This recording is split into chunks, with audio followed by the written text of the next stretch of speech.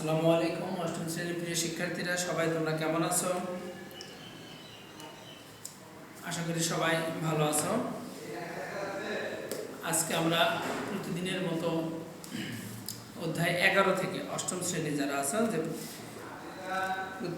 অধ্যায় 11 থেকে আমরা আজকে যেটা শিখবো সেটা হচ্ছে গড় নির্ণয়। আমরা একটা শিখেছি, তবে আরেকটা আজকে ব্যতিক্রম দেখানো হবে। সামটাইমস তোমার শ্রেণী ব্যাপ্তি দেওয়া থাকবে না, তখন সেক্ষেত্রে গড়টা আমরা কিভাবে নির্ণয় করব, যেটা পরীক্ষা আসলে হঠাৎ করে দেখা যাবে যে তোমাদের সমস্যা হবে। তো ব্যতিক্রম যেগুলো আছে এগুলি কিন্তু তোমাদের দেখানো হচ্ছে।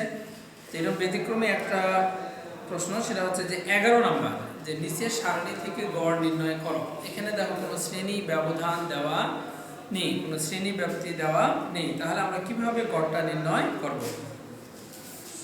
দেখো, সময় লাগবে না, আমরা বুঝে ফেলবো ইনশাআল্লাহ।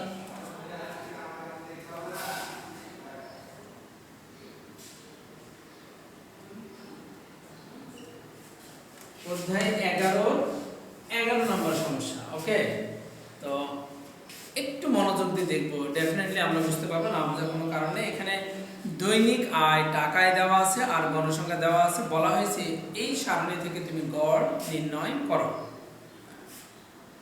তাহলে এখানে দেখো কোনো শ্রেণী ব্যবধান দেওয়া নেই। 2210, 15, 20, 25, 30, 35, 40, 45, 50, এই দিক থেকে আমরা ব্যবধান ধরে নিতে পারি যে 5 করে দেওয়া আছে। ওকে, তাহলে শুধু দুটা তথ্য, দৈনিক আয়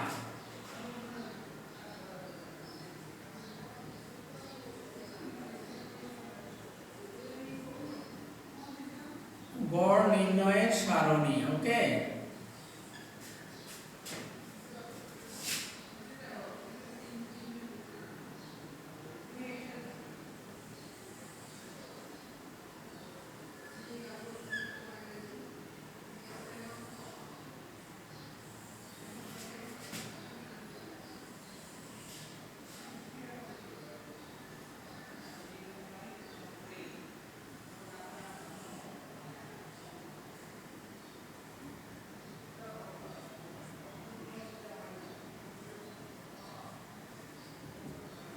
এখানে কি লেখা আছে? দৈনিক আয়, ব্র্যাকেটে লিখবে কি?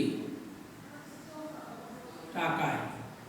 যদি শ্রেণী ব্যবধান, শ্রেণী ব্যাপ্তি আকারে দেওয়া না থাকে, তাহলে এখানে যেটা দেওয়া আছে এটাকে আমরা বলবো এক্স আই। এটা বুঝলেই চলবে, এটাকে আমরা কি বলবো? X I. আর এখানে গণসংখ্যা, গণসংখ্যা কি দ্বারা প্রকাশ করি? F I. আর এখানে কি থাকবে? F I x I. সবাই কিন্তু খাতায় লিখবে, তোমরা কিন্তু লিখবে প্লাস দেখবে, দুটোই করবে। এরপরে তোমার তো এটা চ্যানেলে দেওয়াই হচ্ছে, যেটা তোমরা এখানে ক্লিক করে তোমরা একটু আরবার দেখবে, নি তখন কথাগুলো শুনবে যে কি বোঝানোর চেষ্টা করতেছে টিচার। এখানে টোটাল আছে তোমার 1 2 3 4 5 6 7 8 9টা, অনেক বড় করে দেওয়া আছে।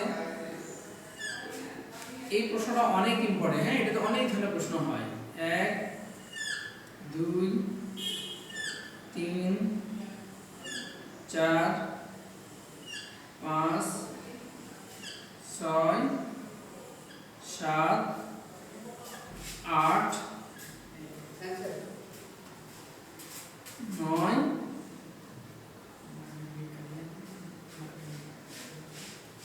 মার্ক তোমার আছে, আমি কালি কামবা তুমি আর বেশি করে সারা জীবন এটা তোমাকে দিছে। আচ্ছা, নিয়ে আসো, আবার মার্কার নিয়ে আসবে। কতগুলো মার্কার তোমার ভালো মার্কার আছে? পাঁচটা নেবে, একটা এক ভালো নিয়ে আসো। একটা দিয়ে তুই একটা আজকে যাওয়া আগে তখন চিন্তা করে যে মার্কার নিয়ে আসবে কালি। চিন্তা করবে, হ্যাঁ নিয়ে আসো।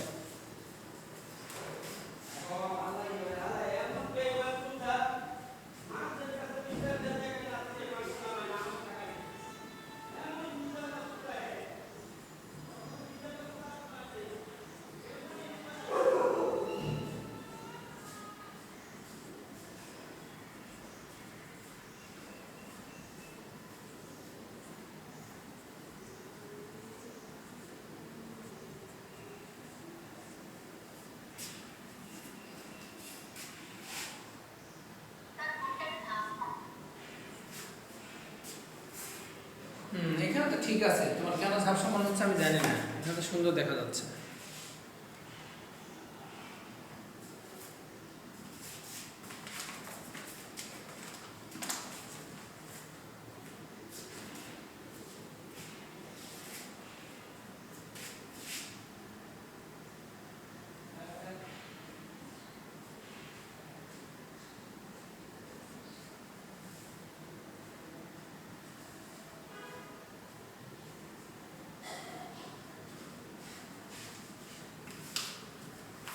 তাহলে এই ধরনের যে অঙ্ক থাকবে, দেখো এখানে শ্রেণী ব্যবধান দেওয়া নেই, এমনিতেই বুঝতেছে হ্যাঁ 10 এরপরে 15 20 সিরিয়ালে দেওয়া আছে, তাহলে এগুলোকে আমরা বলবো শ্রেণীর মধ্যমান, অর্থাৎ এটাই হচ্ছে xi।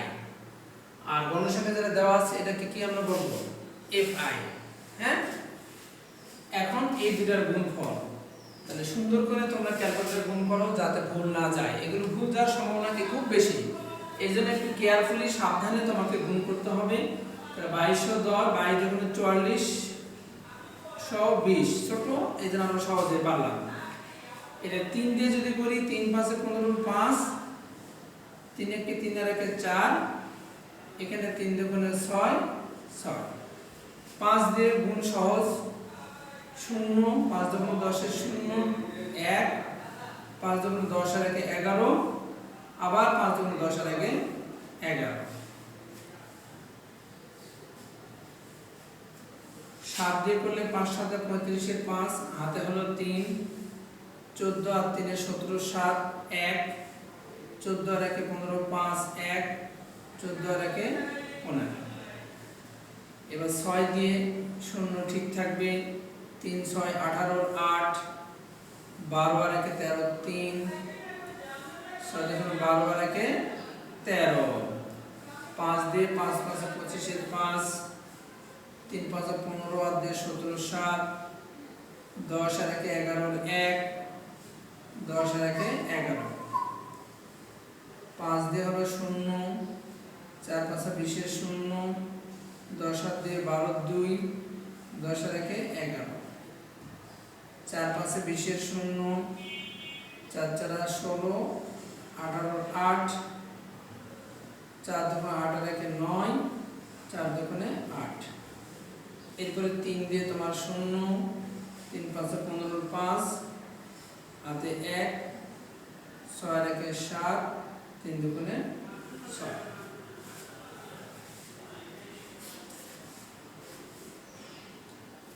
এবার দেখো আমাদেরকে মোট গণসংখ্যাকে আমরা কি বলেছিলাম n, আর এটাকে কি বলেছিলাম k। k হলো এখানে 9টা, 1 2 3 4 5 6 7 8 9, আর এখানে n হচ্ছে 7 5 12 আর 5 17 আর 6 23 30 আর 10 40। আবার তোমরা ভালো করে দেখবে, 4 আর 3 7, 5 12 17 23 30 35 38 40। এবার এখানে যে যোগটা এটা আমরা দেখি, প্রথমে তোমার 5 5 10 আর 5 15 5, হাতে 1, 6 8 6 14 14 আর 7 হলো 21 29 30 36 40 42 এর 2, হাতে 4 11 20 22 23 26 26 31 32 38 42, হাতে 4 10 18 19 20 23 28 29 35 39, হাতে 3 3 আর 1 4 5 6 7 8। তোমরা একটু ক্যালকুলেশন করে দেখবা, হ্যাঁ, যেখানে আমি পেয়ে গেলাম 89225।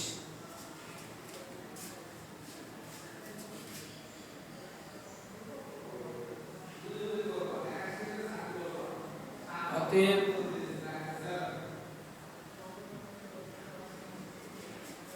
প্রদত্ত উপাত্তের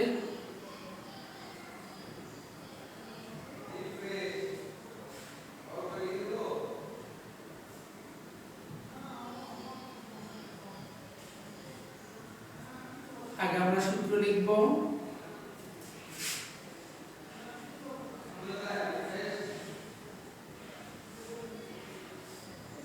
তোমরা চাইলে এখানে i সমান 1 থেকে k এগুলাও লিখতে পারো।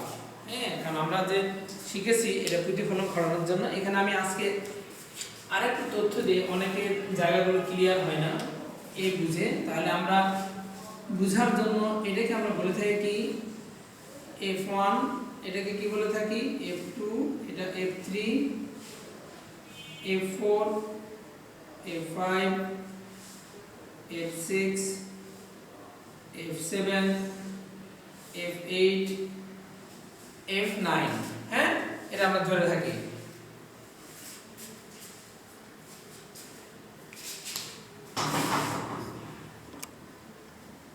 তো এখানে ঠিক একইভাবে এটাকে আমরা কি বলে থাকি, এটা হলো x1, একইভাবে x2, x3, x4 dot dot করে ধরো যেটা x9 এই। তাহলে আমরা ডাইরেক্ট মানটা তো বসাইতে পারি না, পারে তোমাদেরকে আরেকটা গ্রাফ আমি বুঝাইতে চাই, যেখানে আগে রেজাল্টটা করে দিই আমি।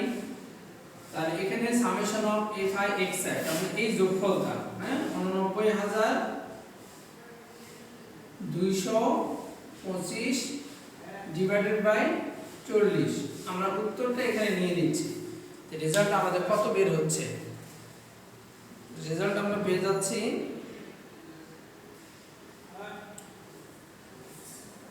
89225 ভাগ 40 2230, 2230.625। তাহলে নরমালি বলেছিলাম যেখানে গণসংখ্যা বেশি এর কাছাকাছি দেখো, কিন্তু এখানে শ্রেণী হলো 1 2 3 4 5 6 7 8 9। উপরে যদি আমরা চারটা বাদ দেই 1 2 3 4, তাহলে মাঝের পদ থাকে, এটাই কিন্তু মাঝখানে থাকে। হ্যাঁ, এটাই থেকে মধ্যপদ। চলো আমরা কি জানি, গড়, মধ্যক এবং প্রচুরক তিনটা মানই কেন্দ্রের দিকে পঞ্জীবিত হয়। নরমালি দেখা যায় যখন শ্রেণীগুলো কয়টা থাকে বিজোড় সংখ্যক, তাহলে মাঝেরটায় নরমালি দেখা গেছে যেটা গড়ের মান হবে। তো মাঝে দেখে এই পদ তোমার 2230। হ্যাঁ, দেখে মনে হবে যে হ্যাঁ রেজাল্টটা আমাদের হয়ে গেছে। তো এখানে সামেশনের বিষয়টা গতদিন আমরা বুঝছিলাম, আজকে আরেকটু আমি বুঝাই রাফ। হ্যাঁ, যে আমরা এই বিষয়গুলো আরেকটু মাথায় নিয়ে বলতে, আমরা n বলতে কি বলেছিলাম, সামেশন অফ fi। এখানে i বলতে কি বোঝানো হয়েছে, তার মানে এটা আসলে f1 f2 f3 dot dot dot করে আমাদের f9 পর্যন্ত যে সংখ্যাগুলো তাদের যোগফলই কিন্তু হলো fi, আর এটাই হচ্ছে n। ওকে, যাতে আমরা পরে ঠিকমতো ব্যাপারটা বুঝতে পারি। অনেকেই ধরো যে বোঝে নাই, কিন্তু আমাকে প্রশ্নও করেনি, আবার অনেকেই ঠিক বুঝছে। এরপরে তোমার এই যে সামেশন অফ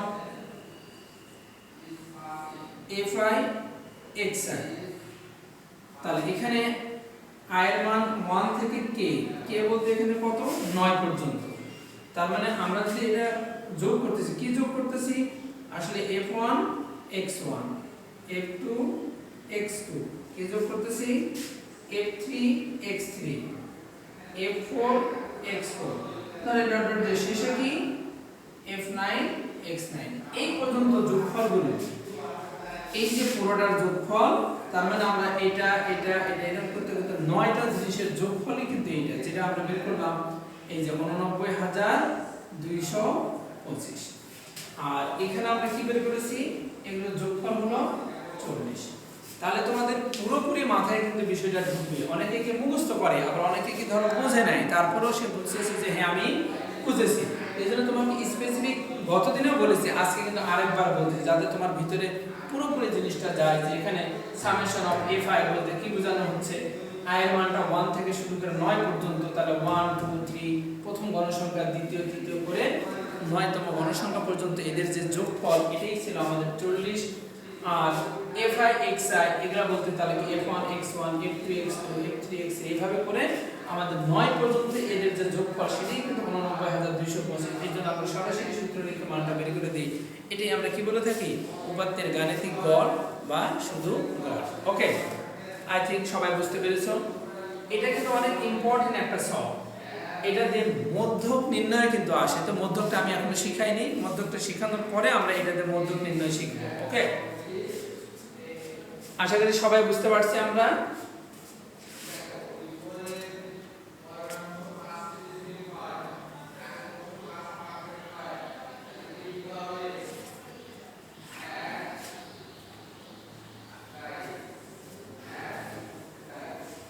বই আছে 2230.33।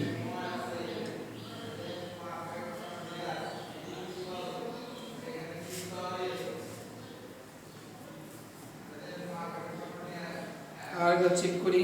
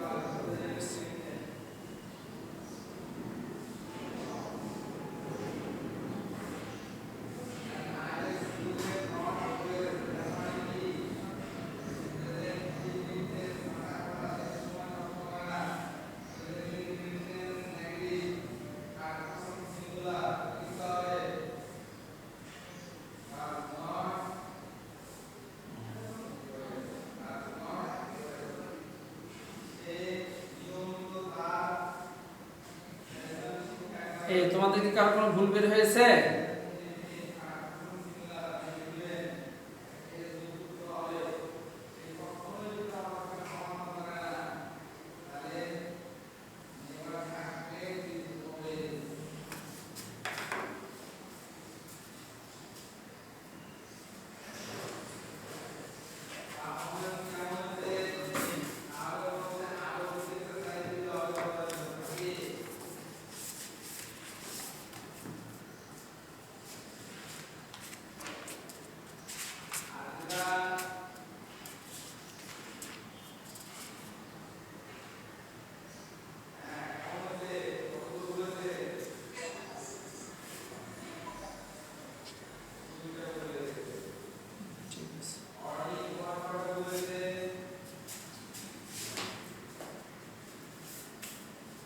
ওকে, তাহলে আমরা এবার চলে যাচ্ছে কত নম্বরে? 10 নম্বর। হ্যাঁ, সারণী থেকে গড় নির্ণয় করো এবং উপাত্তগুলো আয়তলেখ আঁকো। তাহলে 10 নম্বরে আমরা গড় নির্ণয়টা বাসায় নিজেরা করে ফেলবো। এখানে শুধু আয়তলেখটা আজকে অঙ্কন করবো, তাহলে আমাদের আয়তলেখটাও শেখা হয়ে গেল। গড় নির্ণয়, আয়তলেখ আঁকা হয়ে গেলে এরপরে থাকবে তোমার মধ্যক নির্ণয়। তাহলে আমাদের পুরোপুরি চ্যাপ্টার কন্ট্রোলে চলে আসবে।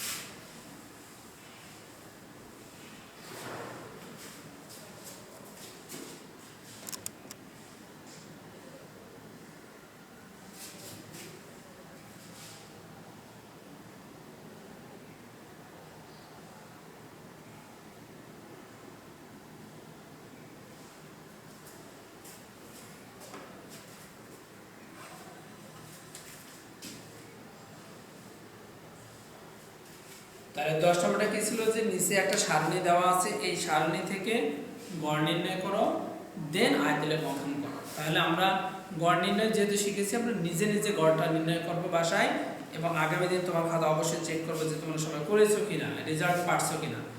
এখন আমি শুধু আয়তলেখটা তোমাদের দেখাতে চাই। হ্যাঁ, আয়তলেখ অঙ্কন।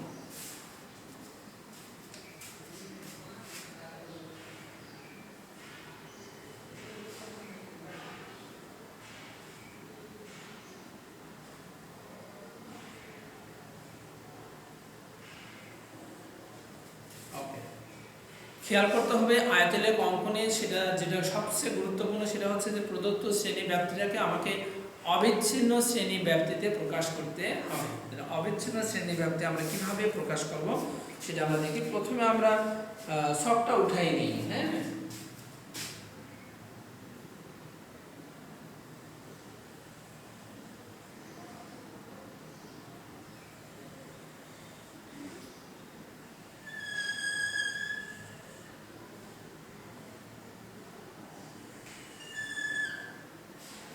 প্রাপ্ত নম্বর গণসংখ্যা, এটাতে দিলাম অবিচ্ছিন্ন শ্রেণী ব্যাপ্তি।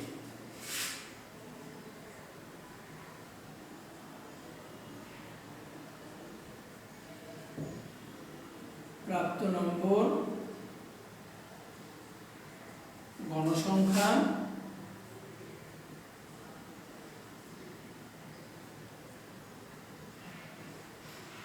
অবিচ্ছিন্ন শ্রেণী ব্যাপ্তি।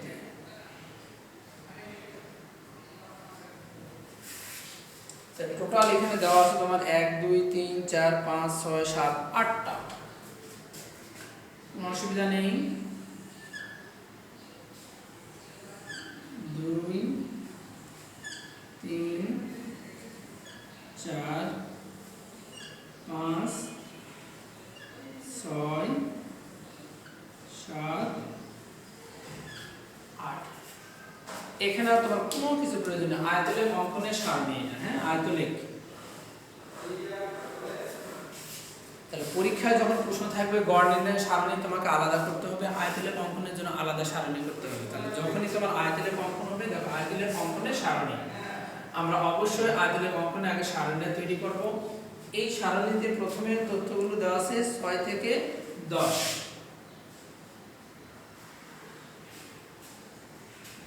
তাহলে 11 থেকে 15 নিজেরাই লিখতে পারবা, 16 থেকে 20, 21 থেকে 25, 26 থেকে 30, 31 থেকে 35। তাহলে আর ভালো একটা নাম্বার দিতাম, দুটো আমাকে দিয়ে দাও। আচ্ছা, ভালো দেখে দিয়ে দাও।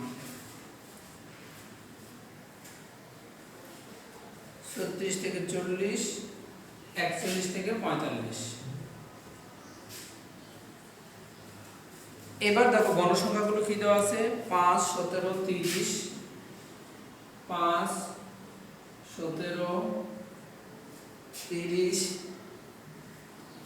38 35 10 7 3 10 7 3।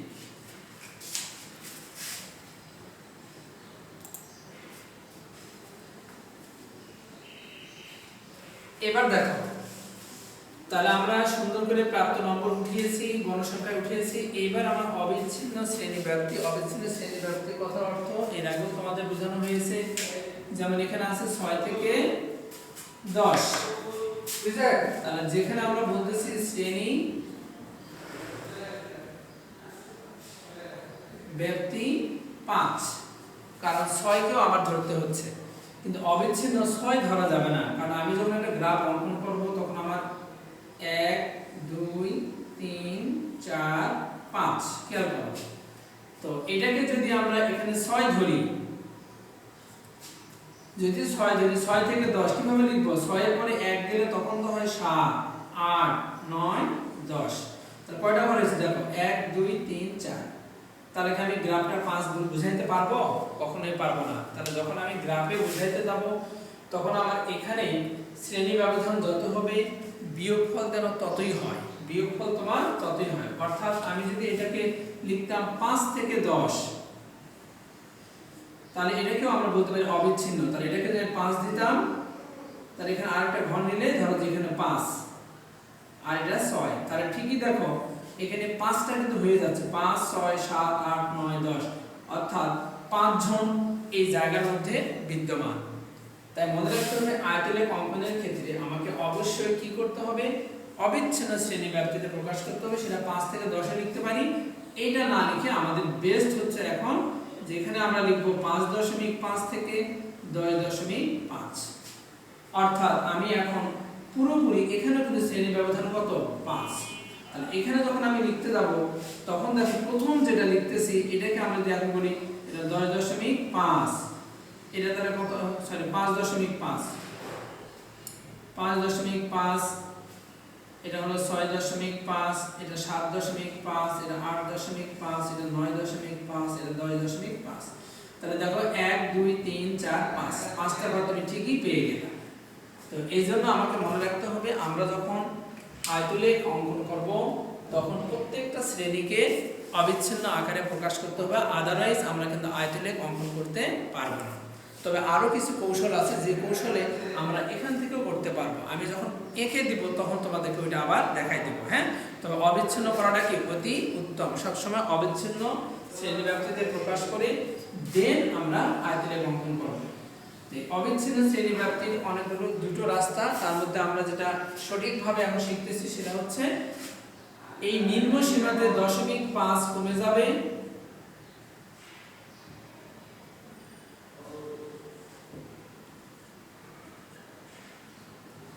এখানে 10.5,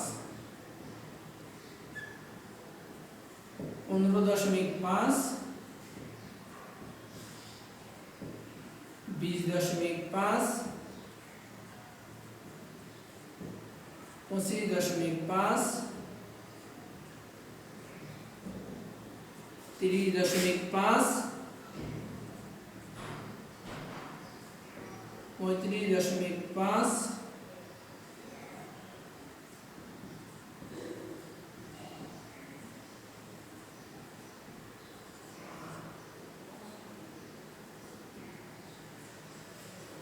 তখন কি করা হলো? প্রত্যেকটি শ্রেণীতে নিম্ন সীমাতে 0.5 কমানো হলো, উচ্চ সীমাতে 0.5 বাড়ানো হলো, এতে প্রত্যেকটা শ্রেণী অবিচ্ছিন্ন আকারে প্রকাশিত হলো। এখন আমাদের আয়তলেখ অঙ্কন। তো আয়তলেখ অঙ্কনে আমাদের ক্লাস 7এও কিছু হয়তো শিখছি। এই আয়তলেখ অঙ্কনে আমাদের কি থাকবে?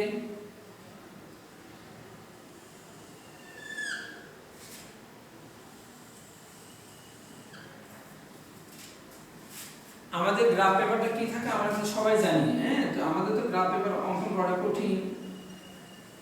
তো তোমরা সবাই একটা গ্রাফ পেপার নিবে। হ্যাঁ, এখানে এতগুলো করা যায় না, আমি একটু বোঝার জন্য নিচ্ছি। 3,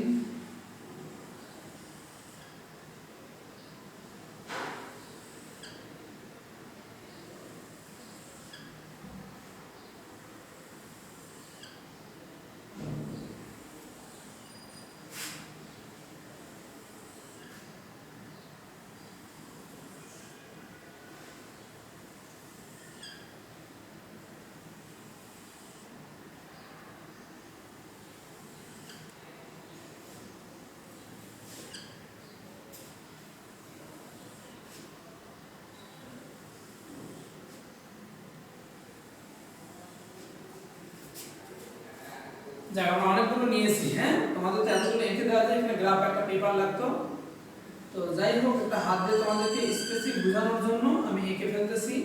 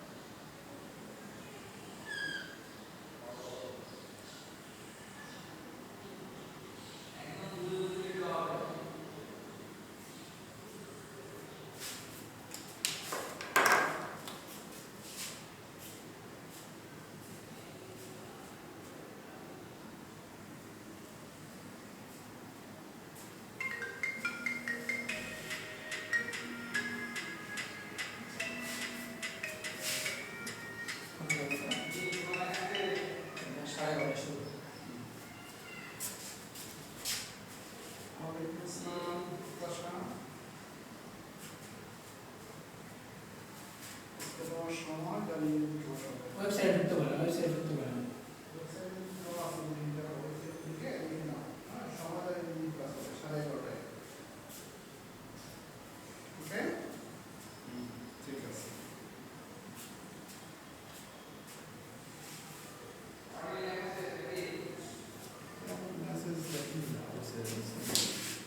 শিখাইতে হবে।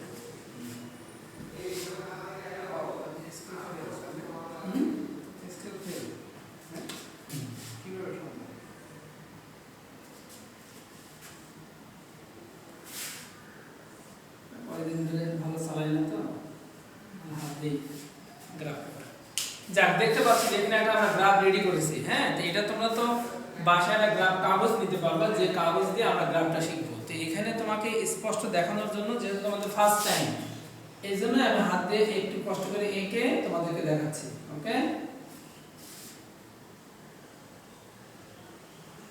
তো এখানে তো ঘরের সংখ্যা তুলনামূলক কিন্তু কম, বুঝতে পারছো? এখানে ঘরের সংখ্যা কম। এখানে দেখতে পাচ্ছি, দেখো আমরা গণসংখ্যাকে নিব y অক্ষ বরাবর, আর অবিচ্ছিন্ন শ্রেণীব্যাপ্তিকে x অক্ষ বরাবর। তার এখানে আমি যে কটা ঘর এঁকেছি এখানে পর্যাপ্ত জায়গা নেই, কিন্তু সমস্যা নেই, আমরা আসলে যে জায়গা পাবো ওখানেই কিন্তু এগুলো অঙ্কন করতে পারবো, গ্রাফে আরেকটু সুন্দর হবে। তাহলে আমরা এখানে কি লিখতেছি, এটা হলো ox, এটাকে আমরা কি বলে থাকি oy। x অক্ষ বরাবর তোমার কি থাকবে, আমরা এটা বলেই থাকি যে অবিচ্ছিন্ন শ্রেণীব্যাপ্তি।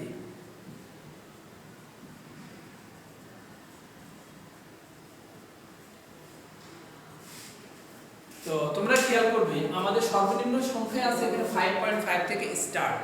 হ্যাঁ, তো আমার এখানে টোটাল ঘর হলো 1 2 3 4 5 6 7 8টা, তাহলে 5 8 40টা। আমার আছে কয়টা, 1 2 3 4 5 6 7 8 9 10 11 12 13 14 15 16 17 18 19 20 21 22 24টা। অনেক ঘরের সংখ্যা কম, তাহলে ডাবল করে নিতে হবে। তাহলে আমি যেটা এঁকেছি এটা দিয়ে আমি তোমাদের এঁকে দেখাবো। তার মানে আমি যদি মনে করি এই ঘরটা, বা এখান থেকে শুরু করলাম, ওকে, এই ঘরটাই হচ্ছে আমার 5.5, আর প্রতি 2 ঘর পরে আমরা একটা বিন্দু নিলাম, এই এটাকে আমরা বলতেছি 10.5, আর 2 ঘর পর বিন্দু এটা হচ্ছে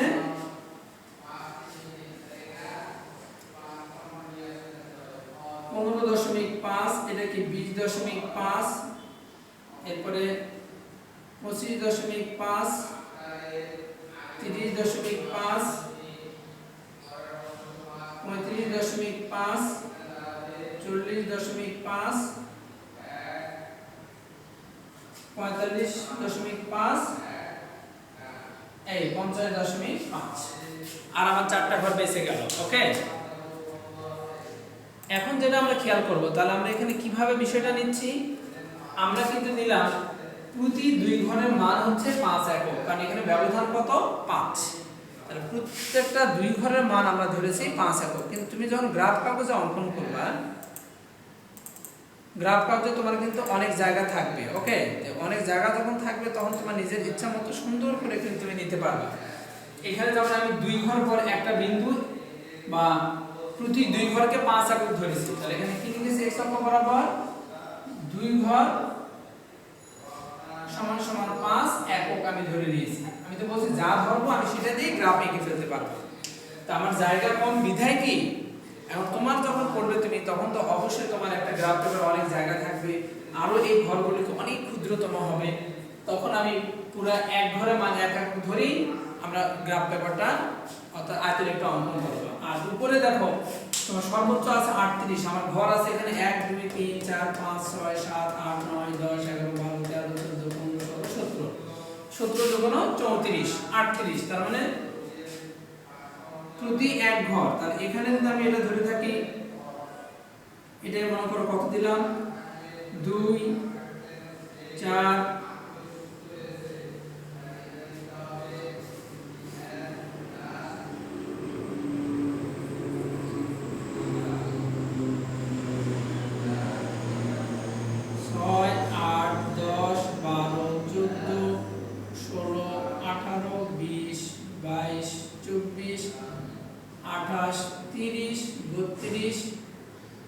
34 36, আর একটা ঘর আমার লাগতেছে।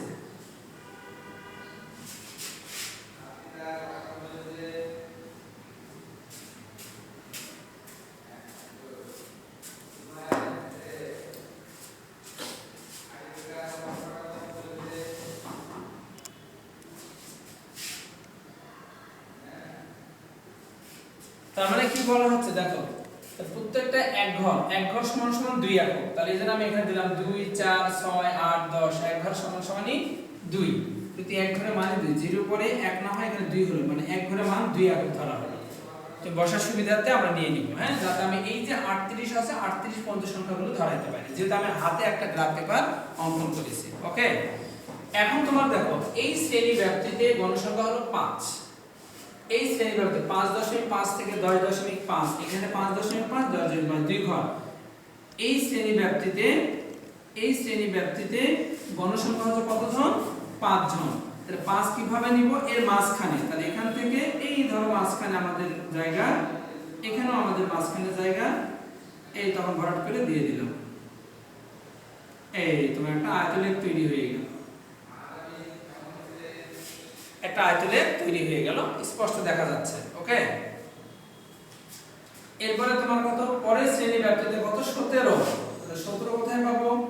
এই যেখানে 16, এই মাঝখানে একটা ঘর, তাহলে এখানে একটু ভরাট করে দিলে, এখানে একটা ভরাট করে দিয়ে দিলে।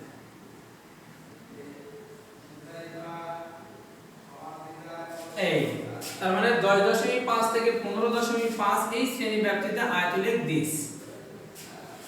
হ্যাঁ, এরপরে পরেরটা কত? 30। তাহলে এখান থেকে তুমি চলে গেলে 30, তাহলে 30 কোথায় পাবা? এই যে তোমার 30, এই পর্যন্ত তোমার 30।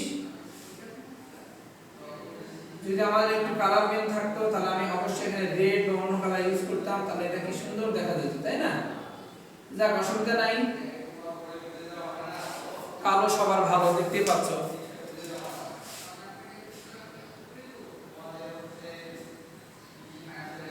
একটু ভালো দেখা যায় এই জন্য। 30, পরেরটা কত? 38। 38 মানে কি একদম এই ঘর পর্যন্ত চলে গেছে, আর এখান থেকে তুমি সোজা একটু করে নিয়ে নিলা। এই ঘরটা কি হয়ে গেল? তোমার 38 হয়ে গেল। এরপরে তোমার কি থাকবে? 35। 35 তাহলে আমাদের একটু এখান থেকে শুরু করে, এবার তো আমাদের ঘর দেখানোই কঠিন। আগের ভাষাটা ছিল ওটাই তো ভালো ছিল। এই ঘর 35 উপরে উঠে গেছে না, সরি, এখান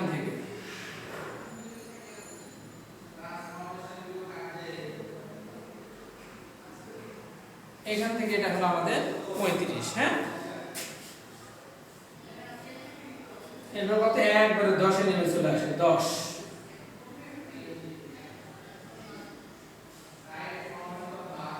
এটা কি 10 হয়ে গেল।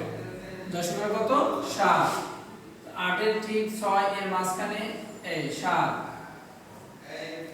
দিলে হয়ে গেল। এরপরে তোমার হচ্ছে 3, 2, এটা হলো 3। তাহলে স্পষ্ট তোমরা দেখতে পাচ্ছ যে এখানে এই জায়গাটুকু যদি আমি একটু মুছে দেই, তাহলে আমার এই একটা আয়তলেখ, এই একটা আয়তলেখ,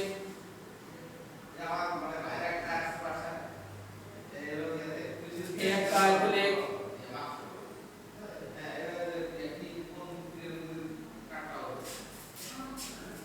এখান থেকে আমি নিলাম যাতে ওটাতে ভালো দেখা যায়। ওকে, গাঢ় করার থেকে হাত দিয়ে করে দিলাম। এই একটা,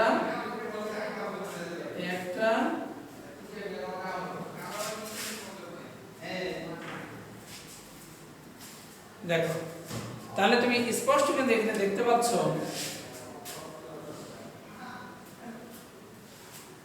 এই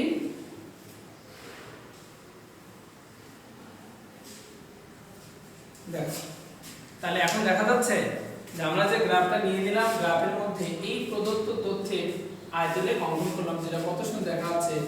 আর এই দুই ঘরে তাহলে আমরা এখানে তো আমরা কত ধরে নিব? প্রতি দুই ঘর সমান 5 বলতে পারি, যাকে এখানে ভাঙা রেখা দিয়ে দিয়ে দিলাম, যেটা 5.5 আসলে দেখেন 5। তাহলে এই জায়গাটুকু আমরা ভাঙা রেখা দিয়ে বুঝাইলাম যে 0 থেকে 5.5 পর্যন্ত ভাঙা রেখা দিয়ে বোঝানো হয়েছে। এটাই হলো তোমার প্রদত্ত উপাত্তের আয়তলেখ। ওকে, তাহলে স্পষ্ট দেখা যাচ্ছে এবং বোঝাও যাচ্ছে যে হ্যাঁ এটা একটা আয়তলেখ। হ্যাঁ, এখন দেখো, তাহলে আমরা যে আয়তলেখটা অঙ্কন করলাম, আবার আমরা একটা রিভিশনে চলে যাই যে প্রদত্ত সারণীতে আমাদের কি করতে হবে? আয়তলেখ অঙ্কনের জন্য অবিচ্ছিন্ন শ্রেণী ব্যাপ্তিটা আমাকে রেডি করতে হবে। অবিচ্ছিন্ন শ্রেণী ব্যাপ্তিটা কোথায় নিব? x অক্ষ বরাবর নিব। তো তোমার গ্রাফ পেজ অনুযায়ী সুবিধা মতো স্কেলে তুমি কিন্তু জিনিসগুলো নিবা। ওকে, তাহলে এখানে সুবিধার মতো স্কেলে যদি আমরা নিয়ে নিই, আমার যেহেতু এখানে জায়গাটা কম ছিল এই জন্য আমার এখানে শ্রেণী ব্যবধান 5, এখানে আমি প্রতি 2 ঘরকে 5 একক ধরেছি আমার স্কেল অনুযায়ী। এবং তোমার গ্রাফ পেপারে তো অনেক জায়গা থাকবে, তখন তুমি ক্ষুদ্রতম বর্গে প্রতি এক বাহুর দৈর্ঘ্যকে 1 একক ধরে নিবা, তাহলে তোমার হয়তো এই আয়তগুলো কি আর মোটা হবে, আর দেখতে সুন্দর লাগবে। বুঝতে পারছো? আচ্ছা, তাহলে এখানে y অক্ষ বরাবর আমরা কি নিয়েছি? গণসংখ্যা। এখানে নিয়েছি আমরা গণসংখ্যা। এখন দেখো তোমাদের আয়তনের কিন্তু অঙ্কন কমপ্লিট হয়ে গেছে। এখন আমরা কি করব? এটা বর্ণনা দেব। এই বর্ণনাটা আমরা সব সময় মাথায় রাখবো যাতে এটা তোমাদের ভুল না হয়।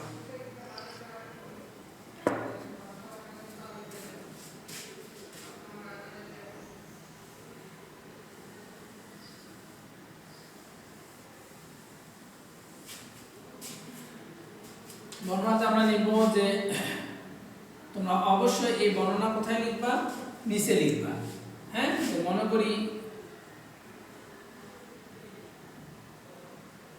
OX কে x অক্ষ, OY কে y অক্ষ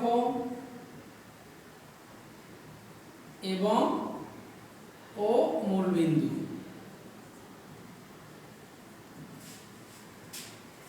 এবার আমরা কি বলতেছি?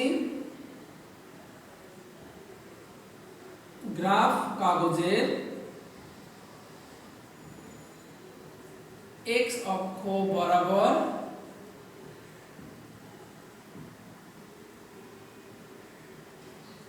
এই ক্ষুদ্রতম বর্গের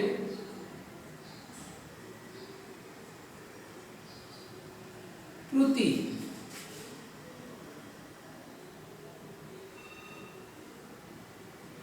দুই বাহুর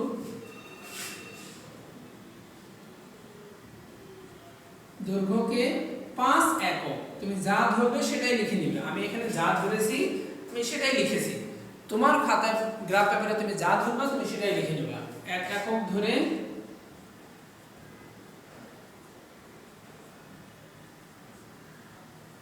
অবিচ্ছিন্ন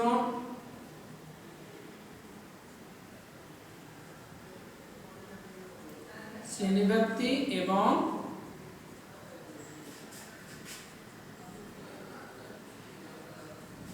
y অক্ষ বরাবর প্রতি এক ঘর সমান 2 একক। যা ধরেছে ওইটাই।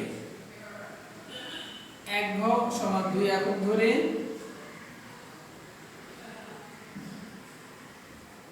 গণসংখ্যা স্থাপন করে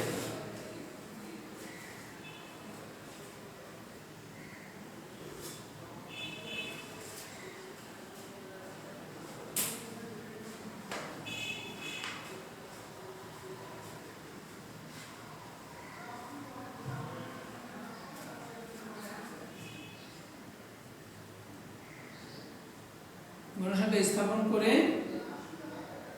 প্রদত্ত উপাত্তের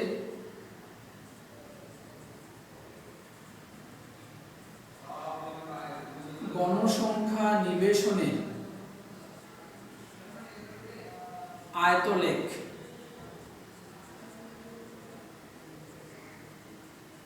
আঁকা হলো, যা তুমি এখানে দেখাই দিলা। ওকে, 0 থেকে 5.5 পর্যন্ত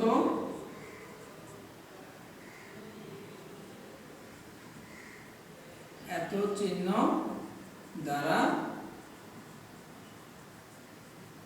বোঝানো হলো। ব্যাস, এই তোমার লেখা, এটা গণলেখা। হ্যাঁ, এরকম সবসময় লিখলেই হবে। অবিচ্ছিন্ন শ্রেণীব্যাপ্তিকে x অক্ষ বরাবর এবং গণসংখ্যাকে y অক্ষ বরাবর ধরে এই তথ্য বরাবর আমরা যেটা পেলাম এটাই হচ্ছে প্রদত্ত উপাত্তের কি? আয়তলেখ। হ্যাঁ, তাহলে আমরা এটা সবাই বুঝতে পেরেছি। তাহলে এই নিয়ম অনুযায়ী আমরা সবাই পরীক্ষাতে সুন্দর করে লিখব এবং তোমরা যদি মনে করো যে এই ঘরগুলোতে লিখে দেবো যে গণসংখ্যাটা কোথায় নিয়েছি, x অক্ষ y অক্ষ বরাবর এবং এককটা কি, এটা কিন্তু বড় বিষয়। যে প্রতি এখানে এক ঘর সমান সমান 2 একক ধরা হয়েছে। তোমার যখন জায়গা থাকবে তখন তুমি কি করবে, প্রতি এক ঘরের মান 1 এককই ধরবা। এভাবে ধরে তুমি সুন্দর করে গণসাকে স্থাপন করে এই গর্তের আয়তরেখা অঙ্কন করবা। আশা করি তোমরা সবাই বুঝতে পারছো। বাসায় তাহলে আমাকে কি করতে হবে, একটু প্র্যাকটিস করতে হবে। ওকে, বাসায় যদি আমরা একটু প্র্যাকটিস করি যে একটা তোমাকে দেখানো 10 নম্বর তোমাকে দেখানো হলো, তুমি এখন বাসায় অন্যান্য আছে যেমন এখানে 13 নাম্বার আছে, 14 নাম্বার আছে, এগুলোতে কিন্তু সব সময় গড় নির্ণয় করো আর আয়তরেখা অঙ্কন করো। বুঝতে পারছো? তাহলে আমরা কি করব, আগামী ক্লাসে অবশ্যই